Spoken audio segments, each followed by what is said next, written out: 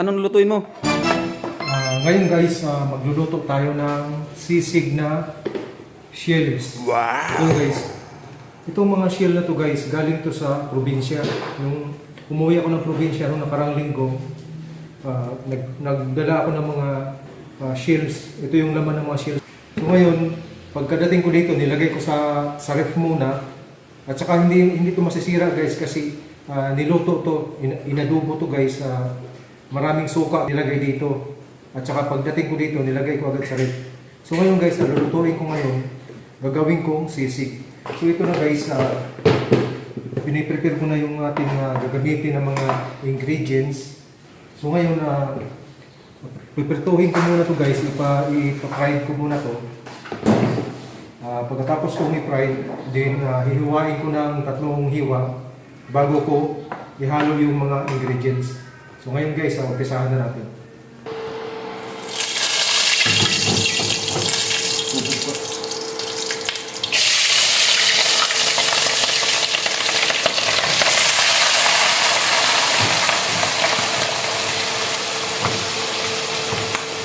Para medyo crispy yung laman. Pag maluto na to guys, saka hihiwain ko ng 3 o 2 hiwa. Saka ilagay yung mga ingredients.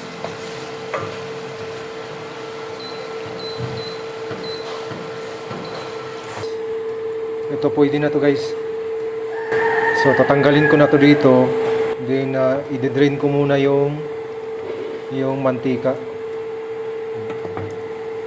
Medyo crispy na siya.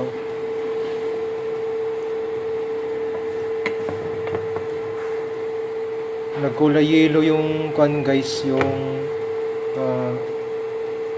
mantika kasi sa kuan yan, yung niluto kasi ito ng adobo kasi yung luto nito guys dati. Kaya ganyan yung kulay ng mantika. So i-drain ko muna to siya guys, then pag matuyo na, pag wala na siyang mantika, saka ko siya hihiwain ng 2 o 3. Yan guys, lagay ko muna yung camera.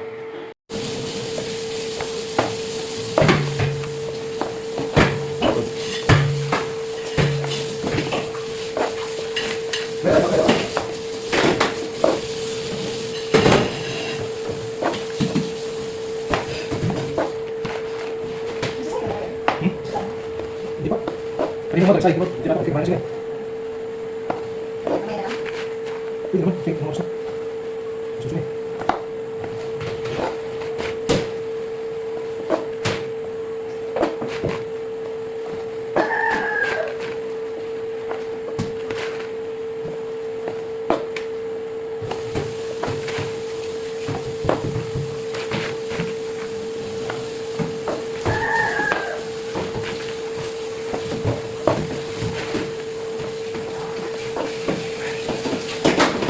Sini. Bangka. Bangka. Sini. So, ang una kong ilalagay guys yung bawang.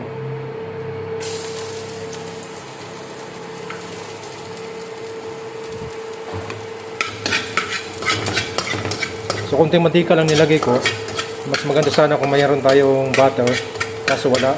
Mantika lang yung ginamit ko dito sa pag-gisa. Yan guys, sunod nating ilagay yung sibuyas.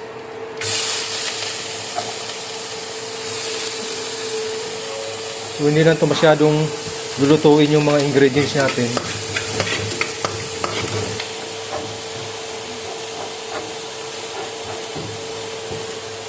Tsaka ilagay na rin natin tong sili.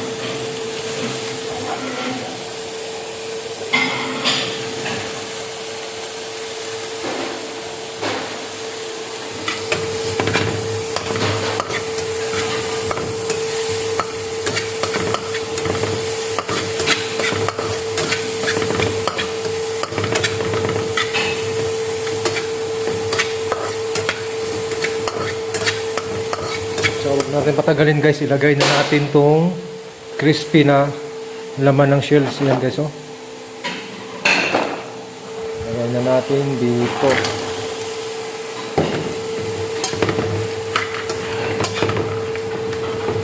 Siyempre, lagyan natin ng pampalasa.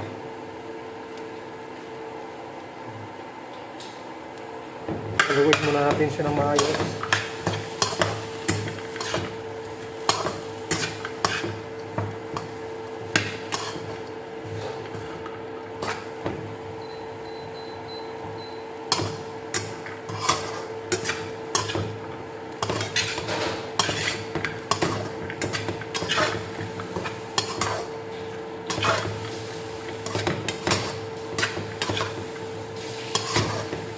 So, yung last na ilalagay natin dito guys ay yung mayonnaise. Hindi na natin nilagyan ng asukal. Pero yung sisig talaga nilagyan ng asukal nila. Pero ito hindi na natin ito nilagyan. Mayonnaise lang yung nilagyan natin kasi yung mayonnaise medyo matamis na yung lasa niya. Kaya bites na yan.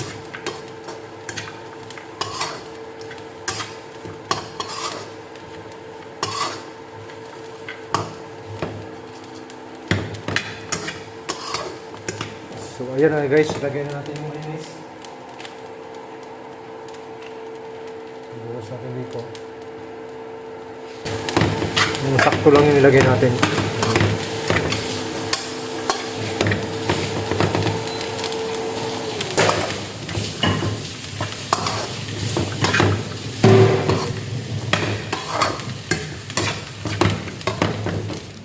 So ayan na guys, luto na yung ating sisig na shrimp.